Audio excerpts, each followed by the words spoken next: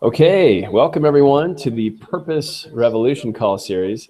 I'm very excited to talk with you today. We've got an amazing guest, Deborah Jane Wells, and we're going to talk about a really fascinating subject, and controversial subject, I'll even say, the 5 myths of purpose in business. And we're going to go through each of those and understand kind of really what's going on with regards to how we take our full selves into the workplace, and also how we create businesses from the place of our true purpose. But before we meet Deborah and go into this, I just want to take a moment to talk about with you all about the Planet Purpose project, of which the Purpose Revolution Call series is a part. So the Planet Purpose project looks at what humanity would grow into if we all knew our life's purpose. And the idea here is that not only is purpose this kind of sublime achievement of mankind, but it's actually what we need to do to survive and thrive as a species. We're in the middle of ecosystem collapse, democracy collapse, capitalism collapse, and potentially culture collapse.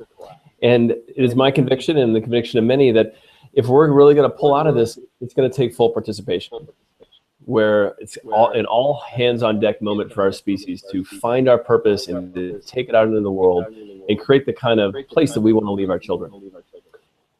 So the Purpose Revolution Call series is a piece of that, where we explore the core context around living purpose, both individually and collectively as a species.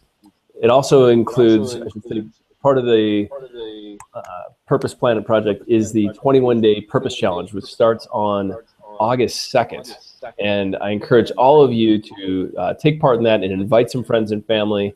And you can find out more about that at the 21daypurposechallenge.org. You can also learn about the broader movement of Planet Purpose at planetpurpose.org. And just one more quick reminder, you can ask questions at any time by using the chat window on the right or on the Facebook page. So I put a little prompt here on the Facebook event page. Please put your questions in there. So without further ado, let's meet Deborah Jane Wells. So Deborah is a coach, an author, a speaker, and her purpose takes her in a lot of creative places too. So she's also a singer and an artist. She's had a radio show, and she's a healer, specializing in Reiki and EFT. Her book, Choose Your Energy, Change Your Life, was published by Hay House in 2013. It shares her story as well as the stories of her clients. And she also kind of explains her signature discovery framework for how to shift your energy and drive deeper into your life of purpose. Prior to this transformation work, Deborah transformed organizations. She worked for 30 years as an organizational transformational consultant and was a senior partner at 4 of the world's largest, most prestigious global consulting firms. So without further ado, I'd like to welcome Deborah to our show. Deborah, how are you? I am great, Brandon. Thanks so much for inviting me to join you tonight. Yeah. Well, I'm really happy you're here, and I'd love just to hear about your story of transformation. How did you cultivate your own purpose, and what was your path? What does it look like now? Well, it started when I was born in 1954, and don't panic because it won't be a super long story, but I always say that when you have your near-death experience at birth, you know you're in for a wild ride. And I had mine. I was an RH factor baby in the 50s. And so I had to have all my blood transfused shortly after I was born, or I would have died. And for some infants, it takes multiple transfusions, and some still don't make it. I say that I set my sights on the A+ standard with my blood type and the fact that I only needed 1 transfusion to survive. But instead of experiencing that survival as a great blessing and a gift, I somehow got the idea that I had to earn my right to be here every day. And so I got onto what I call the hamster wheel approach to life, in essentially confusing busyness with purpose. And like so, when we live that way, we can't stand the way we're living, but we feel powerless to stop. And so I went on to achieve and produce every chance I got. I graduated with honors. I had a full scholarship to college. I graduated from college with honors. I went into consulting. I became a partner in my first firm at the age of 30, which is kind of young in consulting. And then I went on to serve as a senior partner in 4 of the world's largest firms, as you mentioned. And I had one of those amazing careers that everybody envies. Most people envy. Made a lot of money, did some really interesting work, traveled all over the world, helped to nurture people and grow people and coach people. But 30 years of living nonstop with no attention to my own health and welfare left me at the end of that utterly burned out, substantially dangerously overweight, and clinically depressed for 10 years, so that I stepped away in 2005 to find healing and peace because I knew I couldn't go on that way. Wow, that is quite a story. I mean, I'm just really drawn to the contrast of being involved in transforming organizations and companies, and like kind of being in this kind of collective purpose conversation, and then kind of realizing that, wait a minute, I need to do this myself. Did that kind of irony or paradox kind of show up for you during this kind of exit path? Well, one of the things I say all the time is that motivation matters. It's not about what you're doing, it's about why you're doing it. And so people can get burnt out in any walk of life. People in social services and the mental health industries get burned out all the time because all they do is give constantly, and they don't restock, they don't replenish, and no, they don't.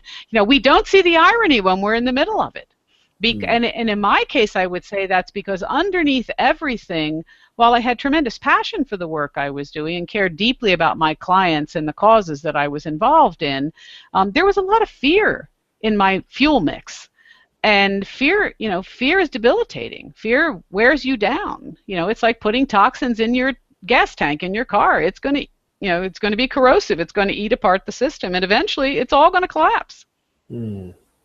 Yeah, I've experienced the same thing. I was recently at a conference of a bunch of sustainability executives, and one of the core themes was embodying the change, because so many of them just push and push and push and push because they're passionate about water or passionate about justice or passionate about climate, and they just give everything and they kind of forget that they need to sustain themselves first, and not just sustain themselves, but like to grow as individuals so they can go out there in the world with their life's purpose. And I think your story is very illustrative and very dramatic. So I want to thank you for sharing it with us. Yeah, you can give nothing of lasting substantive value from an empty well. Amen. So since you made this shift, now how do you transform people? How do you help people who come to you looking for your services? What is the model?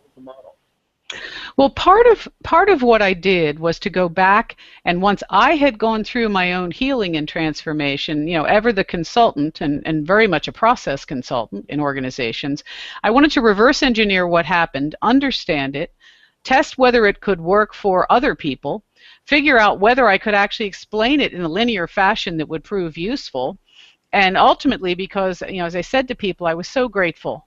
I mean, in a sense, I didn't think I'd be here. I mean, I spent so many years struggling to find a reason to go on for another day, that the fact that I'm here and feeling the way I feel now with the opportunities I have to inspire hope and possibilities and empowerment in the world, I am grateful for that every day. And so, I wanted to find affordable ways to bottle that and share it with the world. I wrote a book and I did the radio show. And basically, it's about understanding what your core energy is. And, the simple lesson is this: when you fall in love with yourself, everything else falls into place, personally and professionally. When love transforms your relationship with yourself, it can't help but transform your personal life, your work, and the world in ways you never imagined. And so that's the work I do with people. I help them find the parts of themselves, help them find their authentic voice, something you and I might call purpose, help them figure out what is their unique opportunity here, what is their unique contribution, and then help them figure out what's keeping them from expressing it and help them transcend those barriers, which are usually fueled by fear, usually built from fears, and transcend those and go on to step into their greatness. Because frankly, we need every one of us doing that if we're going to transform ourselves and the planet in the ways that we need to and the ways that we hope to. Amen, Deborah. I couldn't have said it better myself. I've long thought that the journey of self-love is one and the same as the purpose journey, because it requires understanding how you got to be the way you got to be. You know, all those like difficult formative experiences, like kind of getting on the other side of like saying, oh, wow, I love this person who emerged out of that fire. And yeah, I can't agree more. I want that for everyone on our planet, because as you said, we need them. We need everybody to be involved. So now that we know who you are and how you help people, let's dive into our topic, the 5 myths of purpose in business. And I want to just frame this a little bit because, you know, I love purpose. I'm interested in it in every single conceivable way. I want us to be purposeful in our homes, in our relationships, in our families, in our jobs, communities, you know, as a species, as a government. But one of the things I find, especially talking to my MBA friends, is that it's kind of viewed as this like luxury item, or this thing that is like new agey or not important or not real, and like what's real is money, because money buys you happiness. It's just, you know, there's a lot of these kind of Gordon Gekko type aphorisms out there that constitute American business culture. And so I wanted to unpack essentially like the ones that drive me the most nuts. that seems so patently false. And talk with you about them, not only because you have a deep understanding of purpose, but also you have a deep understanding of the culture, having been inside organizations for 3 decades. So the first myth I want to unpack is purpose is a nice to have, not necessarily essential. I want to know what your thoughts on that are. Well, I think purpose is really, really nice to have, but that does not mean it's not essential.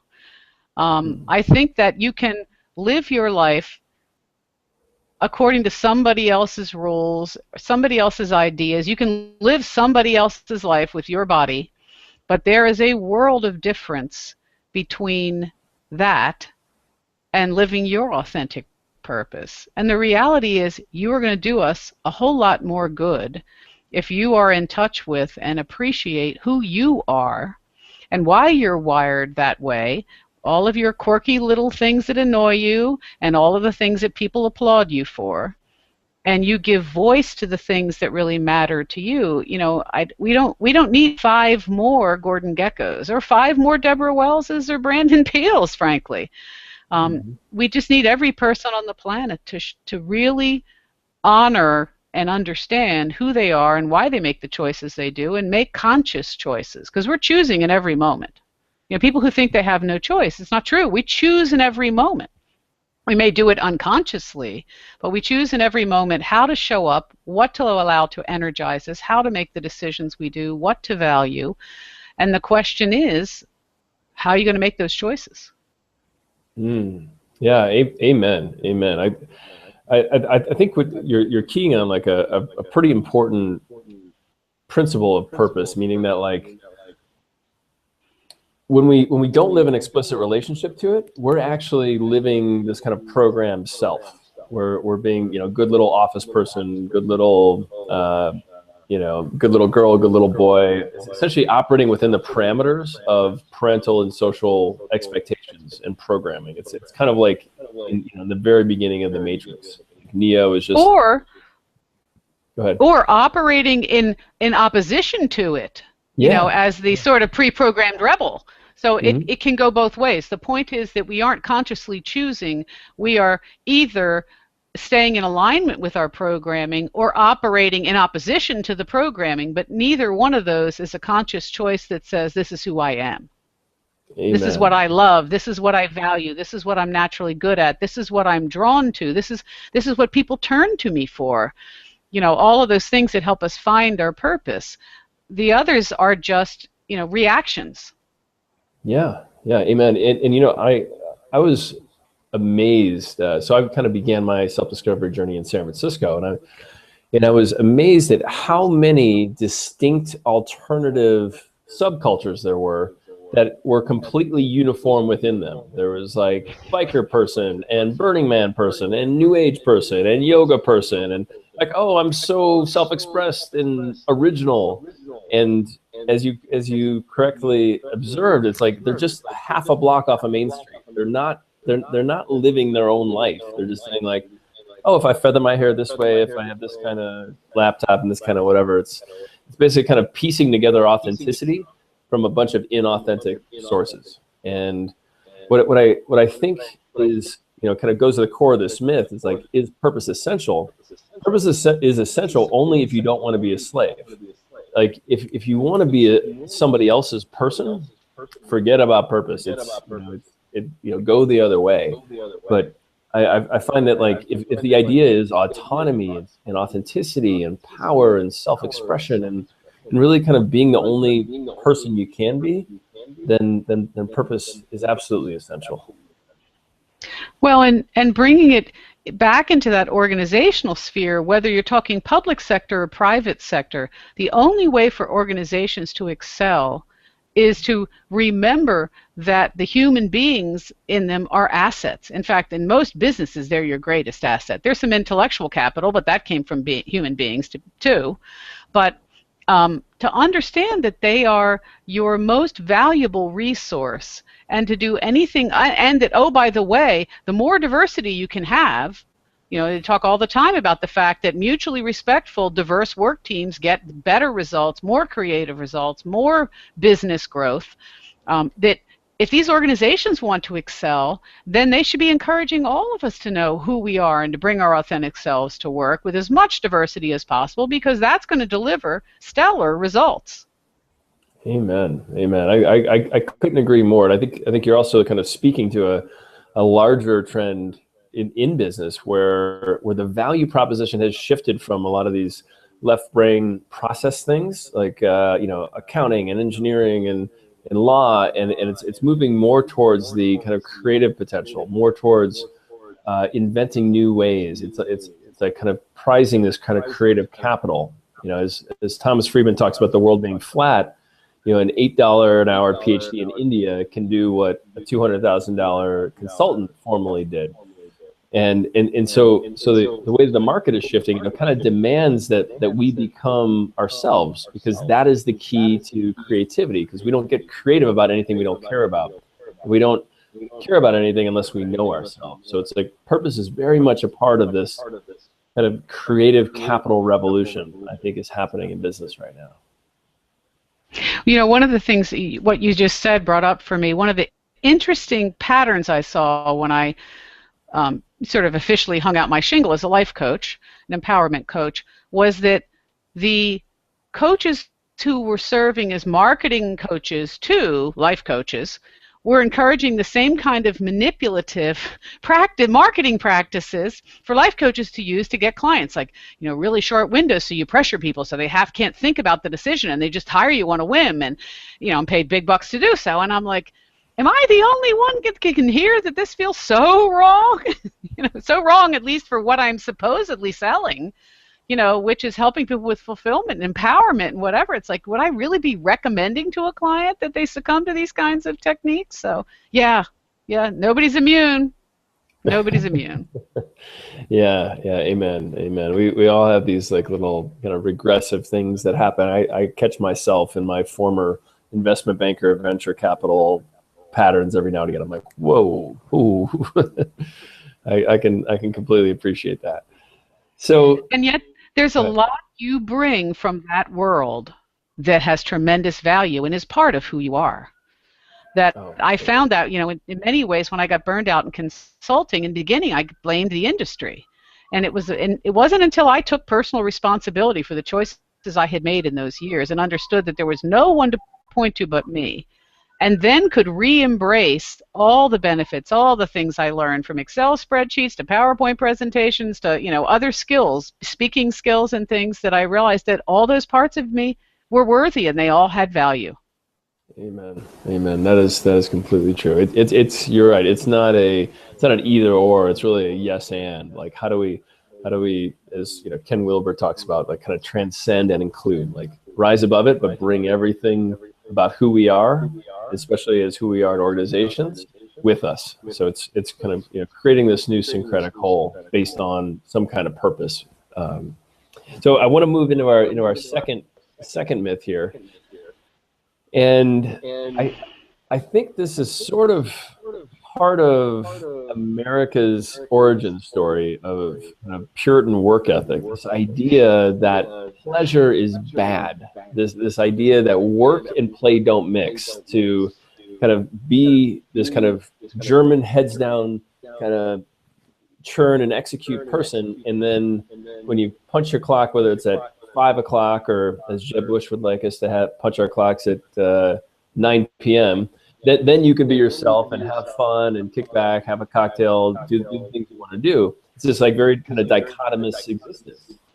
And having started my career in investment banking, that was like it was so bizarre. It was like you spend 80 hours a week doing Excel and PowerPoint, and then as soon as that's over, it's like sex and girls and drugs. It was kind of one way or the other. And so this core myth is called work and play don't mix. Quote, the business of business is business. And I would love to hear your perspective on that, Deborah.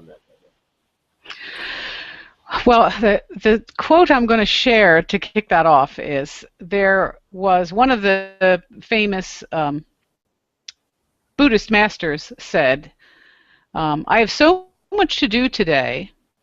If I have any hope of accomplishing it, I must meditate twice as long.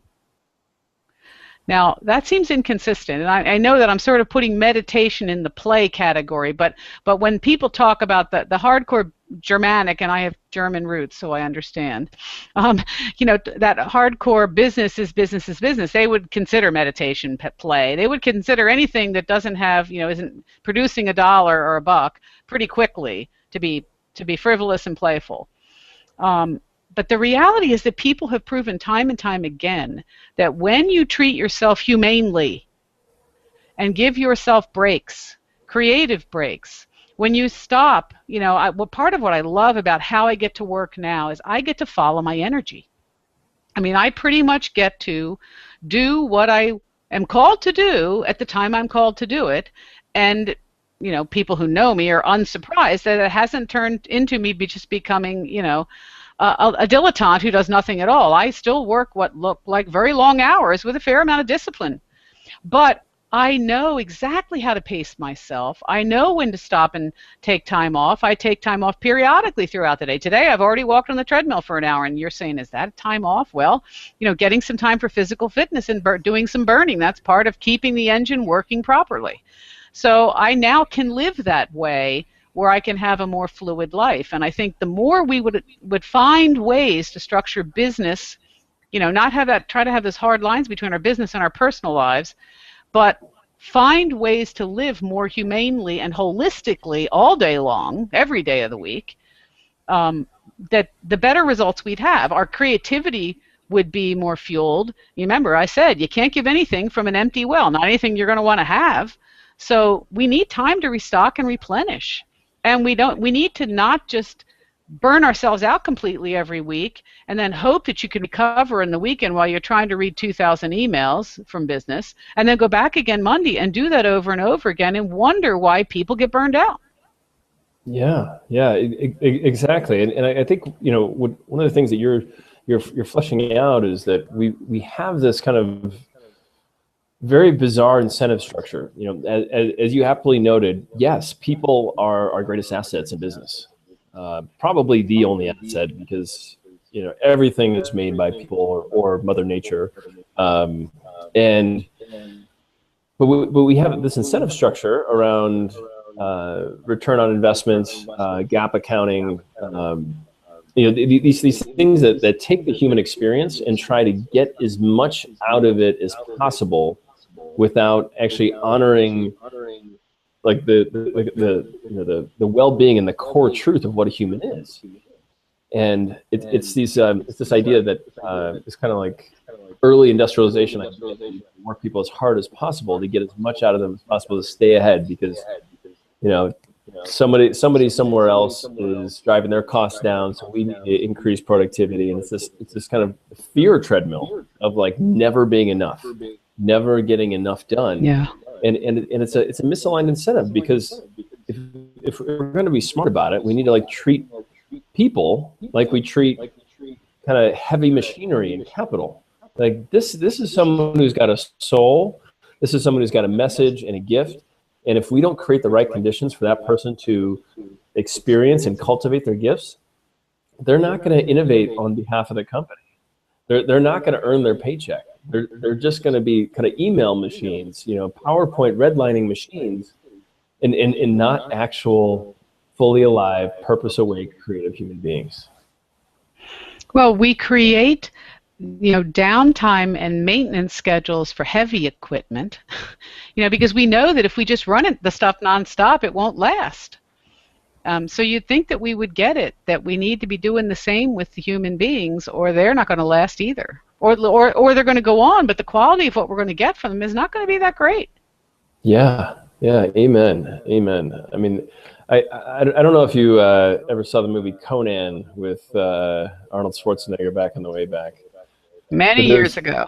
There's this metaphor that we used to use in investment banking of like, so when you start your investment banking analyst commitment, you've got 2 years. Yeah, they call it 2 years on the wheel. So in the beginning of Conan, Arnold was strapped to this water well, just pushing it around in a circle, and that's how we viewed it. It was like, you got how many days and minutes left on the wheel. And unfortunately, there's a lot of this kind of short-term mentality, like, oh, I'm not in this job as a place just to be myself. I'm in this job to get out of this job, either like to get retirement, or to get to the weekend, or get to the end of the day. It's like, it's this idea of always being on some sort of wheel. Someone's always taking their pound of flesh, and what as you absolutely noted, like that. To truly innovate, to have sustainable advantage and value in the marketplace, you've got to take care of the things that are creating the value for you. And what that looks like is nurturing purpose, nurturing health and wellness and mental well-being and social ties. And it's not about kind of efficiency in every place. It's about creating the right environment for a human being to be a human being. So I'd like to jump into our third myth here. And this is one I actually somewhat believe in some regard. So So you're counting on me to coach you out of it, right? Yeah, I might need some coaching on this one. So there's been a lot of talk about the authenticity of a lot of purpose-driven businesses, or on green or conscious businesses. Like, like I think probably like a good example would be like Ben and Jerry's. So they talk about no hormones and no pesticides, but at the end of the day, their core product is diabetes and obesity. So it's like, yeah, they're doing it great in this conscious way, but what it is that they're doing is terrible. It's like Smith and Wesson, selling some kind of torpedo to children and saying, we paid fair wages on the child torpedo. So, as a forever recovering sugar addict, I just want to say amen to that. I understand.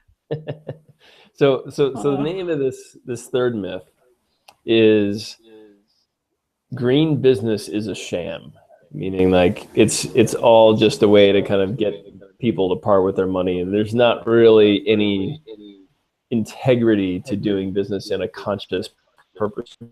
I'd love to hear your thoughts on that. Well, my first thought is a question for you, since you said you kind of buy into this one. Where do you buy into it? Where do you think that's true?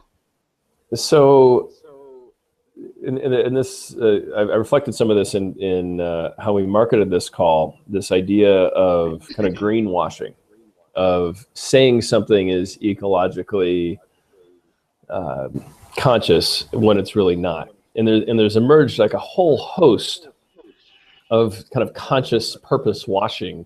There's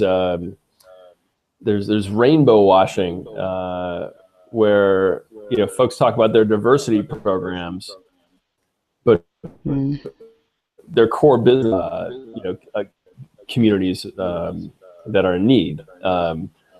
Like a perfect example would be like Chevron, always talking about how it hires diversity applicants, but it consciously fights democracy and tries to pollute and poison the town of Richmond, which is not far from where I live.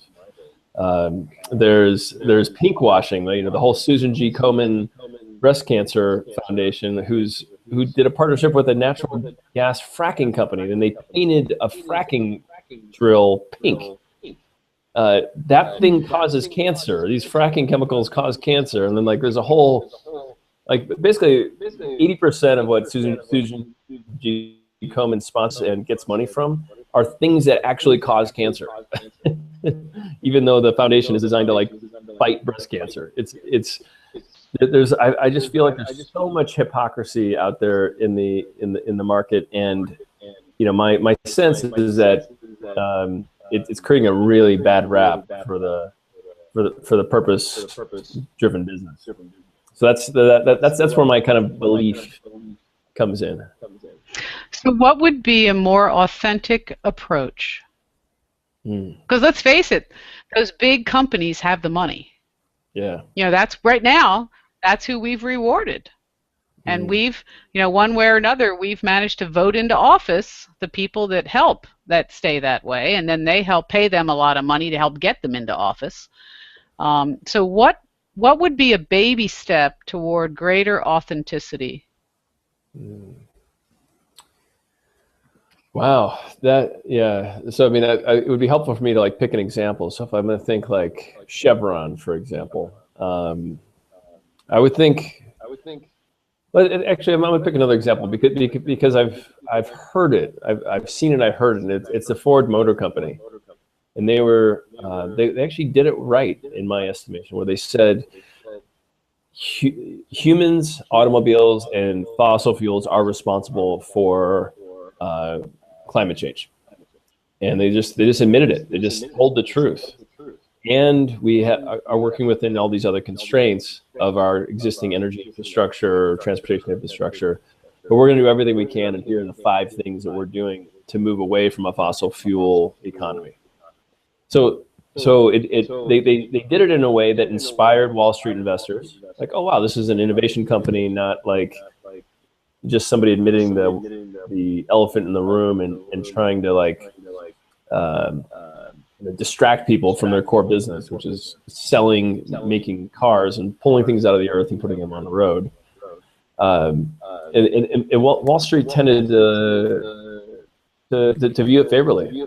They were very excited about this when Ford did it about a decade ago, and I think that would be a great example. So I think it starts with some truth telling. Yeah. So the first step is authenticity.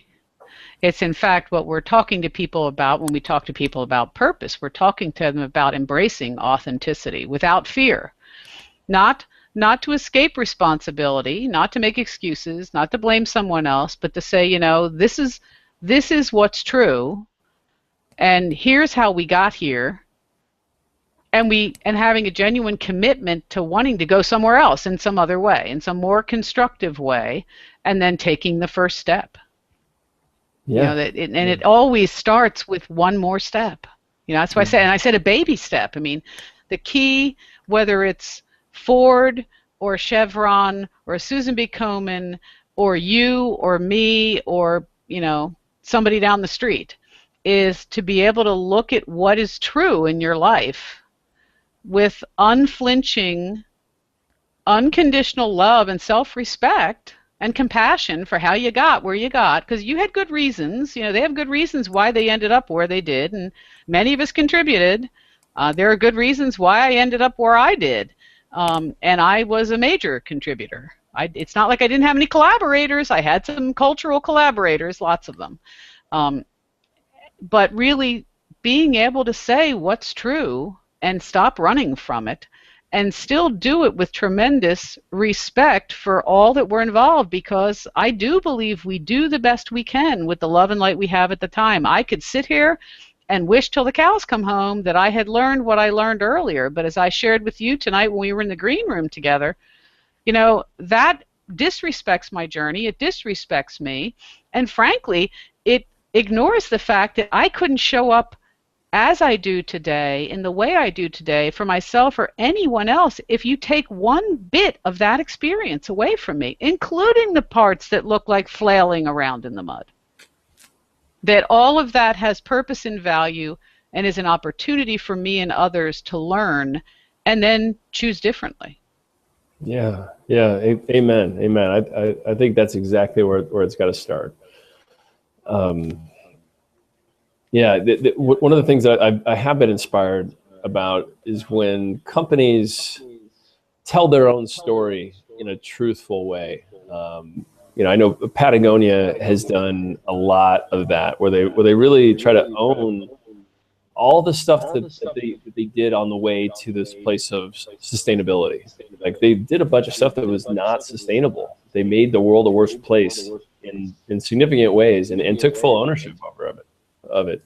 And by doing that, they unlocked the power that added their brand value as a truth teller, as somebody who is an advocate for not only their customers but for their employees and the environment. I find it very inspiring, and the way that they tell their story, because they've actually recommended that people should not buy their products. They don't buy it. That takes courage. That takes real courage. It takes real courage. They say, we love the planet, we love the environment, and if you absolutely need something brand new that represents a new level of functionality that you don't have in your current wardrobe, don't buy our products. They're saying, like, buy it only if absolutely necessary. Otherwise, swap, trade, repair. It's just this kind of deep vision, or deep commitment to their vision over profitability, and it's inspiring. And my hope is that it inspires other companies to actually live their values, do purpose work, and strike out in their own way by telling their own story powerfully. Yeah. I know from my own experience, I publish a blog every Friday, and my blog and my book are filled with stories of where I strayed from my own path. And I don't just mean those old stories that we've already talked about. I mean fresh opportunities every day to live what I believe, or get struck by fear again, get captured by those ancient scripts that I still carry, and to stray from the path and make myself suffer for a bit, and then recognize it and use the tools I know so well and teach others and come back. But be able to talk about all of that authentically. And people tell me all the time that they love that I do that, because it's the stories where I tell about flopping around in the mire still that still help people. Because let's face it, if I was a Zen mistress on a mountaintop somewhere, chanting Om all the time, I really wouldn't be doing anybody much good at this point, because people can't connect with that, but they can connect with authenticity. Amen. Yeah, I think that's a very important point. It's showing all those warts, opening the entire kimono, is what inspires trust, and ultimately leads to sales and to new ideas and to building great teams. So I wholly agree there. So I want to move into our fourth myth, because we're running a little short on time, and this is usually a myth I encounter over a couple scotches with my MBA friends, because they we've moved past this idea that purpose is this kind of hippie thing, and then they say, well, entropy, like the universe is cold and meaningless. There is no purpose of the universe itself, so business must also have no purpose. Therefore, we can do whatever the heck we want, and it doesn't matter. They're basically kind of admitting some kind of materialist, objectivist, atheist position in that statement. But I just wanted to kind of get your reflection on that. Like, A, is there meaning and in the universe, and B, if so, what role does kind of business have in it? I have ideas in multiple directions, so I will try to be both succinct and encompassing.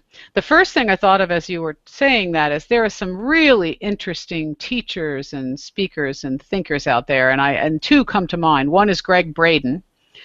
The other is Bruce Lipton, who have some really interesting things to say about this whole idea of whether there's a pattern and a purpose and the role of spirituality and science. And so I won't even attempt to do what they can do. I would tell our listeners to go read some Greg Braden and Bruce Lipton, and I suspect they will answer a lot of questions and open a lot of possibilities for you.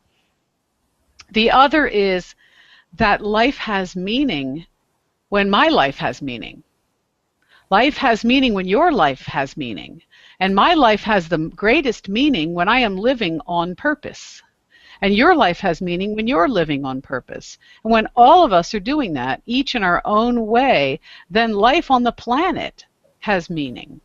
But if we're all off pursuing some prescribed agenda by somebody else, mindlessly making unconscious choices constantly, then no, life feels like it doesn't have meaning. But a life lived in authenticity has meaning. Yeah, amen. I couldn't agree more. And I think what you're pointing to is that we fundamentally live in a construct of meaning, at least within kind of the human species part of the cosmos, that we're always either consuming meaning or creating meaning or evaluating meaning. Like these very same people who will tell me about entropy and that there's no meaning have made entropy mean that there's no meaning. And these very same folks will watch their football team on Sunday and pretend like that is not something that they're creating themselves. Like they're ascribing meaning to that football team. And so it kind of goes back to the very first myth. It's like we live in this construct of meaning, this matrix of meaning, and we either choose to take everyone else's meaning as a given and play their game and live these kind of boring, regrettable, kind of lackluster lives of entropy. I'll say, or we find out what's true. We find our purpose and say, actually, I'm going to go within and figure out what it is that I'm put here to do and create my own matrix, create my own meaning. And from this place of understanding the plasticity of meaning, that we can reject the stuff that isn't valid or doesn't serve us and create new structures, new meaning, new narrative that honors our reality as well as the reality outside of us, the reality of our species and our planet. Then we've stepped away from this role as consumer to creator. In technology terms, we're not pressing buttons on the program. We're writing the program. We're writing lines of code in the universe ourselves when we begin this path of purpose. Yeah. So my sense is from this place of knowing that there is meaning kind of implicit in the human experience, business itself must also have some meaning. And right now, or at least the way it's currently constructed, businesses are legally obligated to share, to serve the shareholders. So there's that meaning, that story out there right now.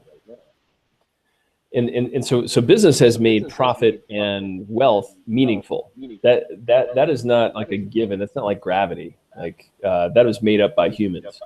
We could just as easily make up an economic structure that says, oh, I want to ensure that each of our 7.3 billion humans become enlightened in their lifetime. And that's how I'm going to measure myself.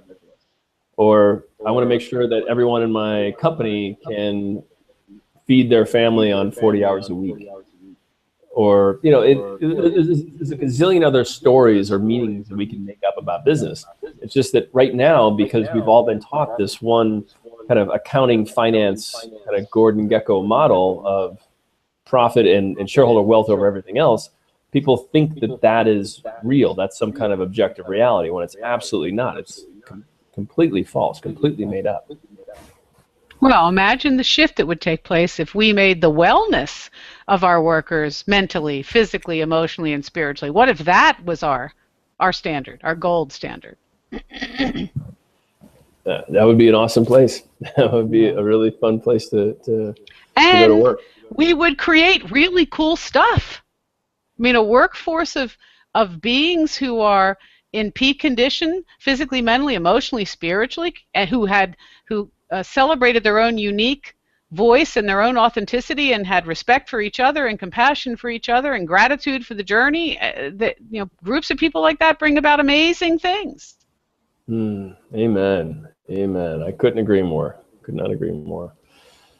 So let's move into our fifth myth here, and this is one that I hear in a lot of kind of green conscious businesses, where they're somewhat forward-looking, forward-thinking, and they're saying, okay, we're standing for a vision that improves the human and/or ecological condition, and now we want to get everyone in our company kind of aligned with it. So we want everyone to take these corporate values into themselves. And I've been a part of these efforts. I've even led some of these efforts, and there's always this kind of piece that feels off, like we're trying to sell religion, or we're trying to reprogram people or something like that. So this fifth myth is corporate purpose cannot be your personal purpose. I want to know your thoughts on that. I'd like you to clarify the myth, so it's clearer to me what the myth is. So the myth is that if a company has a vision, that cannot be my personal vision. That a company's vision is basically the vision of its founders or its executives. It's not really my personal vision as a salesperson or as an engineer or as a janitor. And not my vision for my own life, or not my vision for the business? It's not my vision for my own life. So the idea is that a lot of these kind of forward-looking companies try to kind of implement and program their purpose into the lives of their employees, as opposed to allowing the employees' purpose to bubble up and be part of the company. It's like this, it's the GE way, or the GM way, or this way, the Patagonia way, even. There can be all sorts of versions of this. Well, I think when it comes to running the companies right now, if the company has a purpose, the company, however, if that's a grassroots purpose that comes from the employees, and not just those with the financial power and the greatest financial gain possible, it's possible that corporate purpose can grow out of a grassroots and a collaborative approach. But for me, I think I do see that each individual chooses their own purpose, and then the key in terms of pursuing a career or a livelihood is to figure out how I want to express that, and figure out who I want to do it with. It's like, why is it that when I heard about the work that you're doing in the world, and you heard about the work that I was doing in the world, and we just met recently, like very recently, we suddenly said, oh, let's do it. Let's do this call together this week. That'll be great. And it's because there's something about our own journeys that resonates for each of us. And there's that feels like for us to work together and collaborate is going to be useful, is going to be fun, heaven forbid. We're actually going to have fun and work. And so I think to the extent we're all showing up authentically, if I'm in an organization that respects that, all of that sense of purpose from the individuals is going to get reflected and woven into the corporate purpose. But I don't know how much the corporate purpose can really come down. I mean, in a sense, one of my problems through the years is that I couldn't distinguish between the corporate priorities and the corporate agendas that said, no, no, Deborah, we don't see you, we see you as something we're just going to use up. And so we want you working 100-hour weeks, and we aren't going to, we're going to position you so you can't take vacations for 2 years at a time. And oh, by the way, you're not going to have the courage to tell us, forget it, I'm taking one. You're going to get sucked in because you're going to be afraid about your livelihood. So I bought into the corporate agenda, and then I ended up depleted. Yeah. Yeah. I think that the kind of like the standard capitalist purpose of making money and getting the most out of their employees is really probably one of the most nefarious purposes that you would possibly have.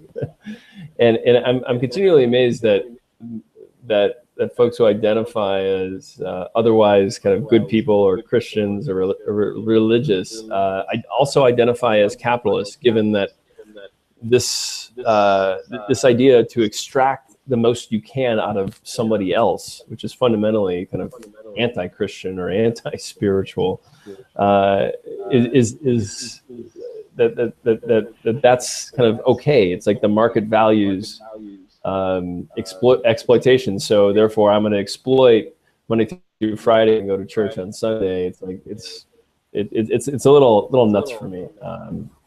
But I want to talk about like how we could join corporate purpose and personal purpose, because I feel like right now that's probably more art than science, and it's probably like a big area for the way that capitalism is evolving, and like just a big challenge. So how do you, like, let's say tomorrow I start a social enterprise and raise a bunch of money and hire 15 people, and we're going to go make widgets in a more conscious way than the next company's making widgets. How do I then take this vision of the world that I'm expressing in my company and get everyone in my company to be just as excited about it as I am? And I think therein lies kind of the rub, because I feel like there's so much in this world of kind of change management or organizational development that it's just lacking. It's just kind of like an empty space. It's like, oh, guess what? The founders had a vision. Now we're doing this. We're measuring this. We're entering this business, and you just need to go do it.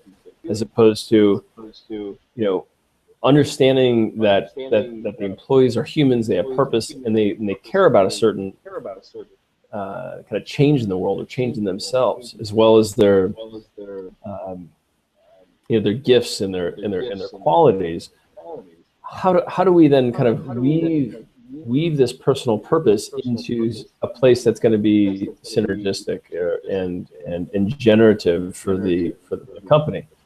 And I feel like that book is very much unwritten. And like whoever can nail that, I think is going to do really well in the world of consulting.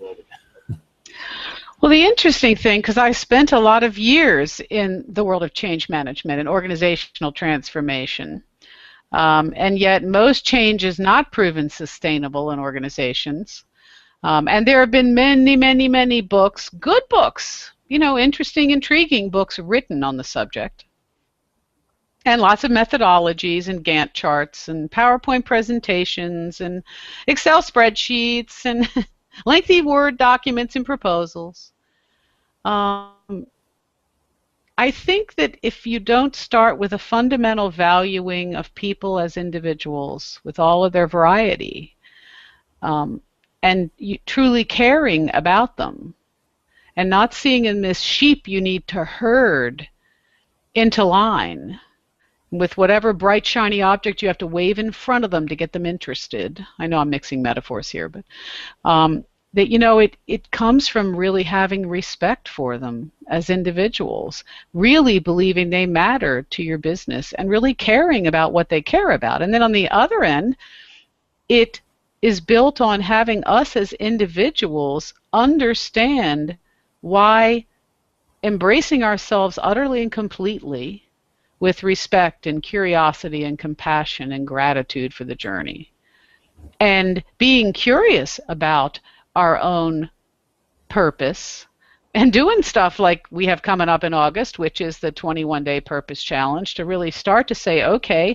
it feels like this big amorphous thing, but I'm starting to understand why all this research is showing that, purpose really matters. It's not some frou-frou nice to have. There's lots of research out there, and I know you're going to talk about it, and they can hear more about it on your website page at planetpurpose.org. It starts with each of us saying, I'm going to start paying attention to this.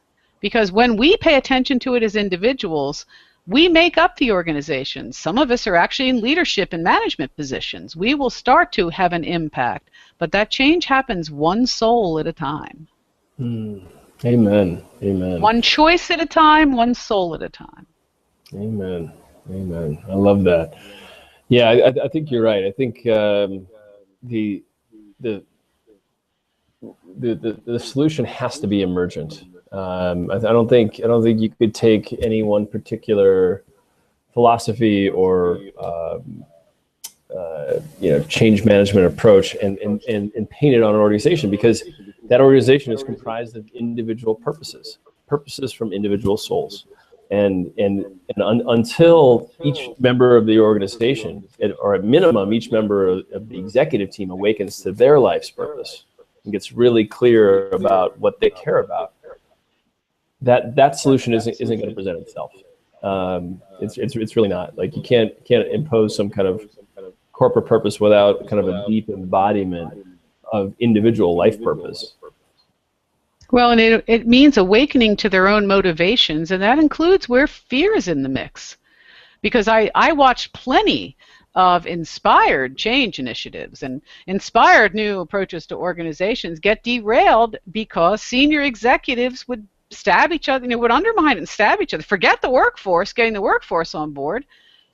Getting the senior executive team to be authentic and honest with each other and truly collaborative was a real challenge, possibly the greatest challenge. So those people have to be in the mix too. Amen. Amen. Amen. Well, Deborah, I want to thank you for this conversation and for all the insight that you bring with your deep experience as a personal change agent, as a organizational change agent, as a business veteran, and a leader of this kind of what I'm just going to call this purpose revolution that you and I are both arm in arm in. So I just want to thank you from the bottom of my heart for the work that you're doing and for giving your time and energy to this discussion. And thank you for inviting me to join you. It's a joy. It's a joy. So I want to give folks an opportunity to find out more about you and your work. What's the best place to send them? Easiest to do is go visit my website at DJW, as in Deborah Jane Wells, DJWLifeCoach.com, and you can find everything. I have, in the sidebar of my website, I always have the ability to sign up for a free set of tools called the Manifestation Toolkit, and there you're going to be able to access more free stuff on stress management and managing change in your own life and finding your purpose than you can possibly imagine. Awesome. Well, thank you, Deborah. I really appreciate it. And I encourage everyone to please check her out. She is a part of Team Purpose and a featured teacher who basically is going to help shepherd the 21-day Purpose Challenge. So I want to just talk a little bit more about that. So the 21-day Purpose Challenge, like I said, is coming up in August 2nd. And you can go to 21daypurposechallenge.org to sign up for it, or to planetpurpose.org to kind of learn more about each of the teachers and the curriculum and the methodology. But what it's going to do, whether you're in a corporate context or not, it's going to give you a proven, guided way to get closer to your life's purpose, to help you uncover it, and then empower you with skills to live your purpose out in the world, so in your relationship and at work. So it's an amazing free resource that Deborah and I are behind, as well as a whole host of talented folks who are going to shepherd you through this transformation process. And I just want to also remind you to tune in next week. We're going to explore the intersection of purpose and evolution. And I'm very excited for that discussion. There'll be more details on the Facebook event page. Again, Deborah, thank you. Thank you for all those who tuned in, and really look forward to continuing this discussion and taking the purpose adventure to the next level. Bye, everyone.